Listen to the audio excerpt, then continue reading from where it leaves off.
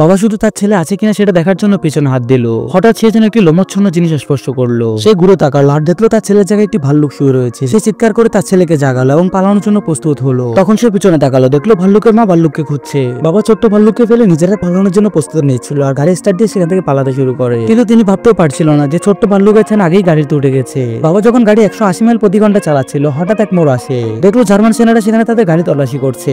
বাবা সঙ্গে সঙ্গে গাড়ি থামালো এবং তার ছেলেকে লুকাতে বলল, কারণ তার ছেলে একজন ইহুদি। এরপর জার্মান সেনারা তার গাড়ি চেক করার জন্য আসে। জার্মান সেনা তার পরিচয় জানতে চাইলো, কিন্তু তার কথাবার্তা সন্দেহজনক হওয়া তারা গাড়ি তল্লাশি করার সিদ্ধান্ত নেয়। অফিসার পিছনে দেখতে সে ছেলেটিকে খুঁজে পেল। বাবা যখন বুঝলো তারা ধরা পড়ছে, সঙ্গে সঙ্গে চেকপোস্ট বেঁধে সে পালাতে শুরু করলো। জার্মান সেনারা তার পিছনে মোটরসাইকেল দিয়ে ধাওয়া করতেছিল। বাবা তখন সঙ্গে সঙ্গে ছেলেকে স্টারিং এ বসালো আর নিজের ব্যাকআপ টায়ার করে জার্মান সেনার দিকে ছুড়ে মারলো। সাথে সাথে একটি মোটরসাইকেল পড়ে গেল। এই ফালতু মুভি এক্সপ্লেনটা আপনার কাছে কেমন লেগেছে অবশ্যই কমেন্ট বক্সে জানাবেন। আসলে এই মুভি এক্সপ্লেন স্ক্রিপ্ট বানানোর সময় চ্যাটজিপিটি উল্টাপাল্টা কমান্ড নিয়েছিল, যার কারণে মুভি এক্সপ্লেনের এই অবস্থা।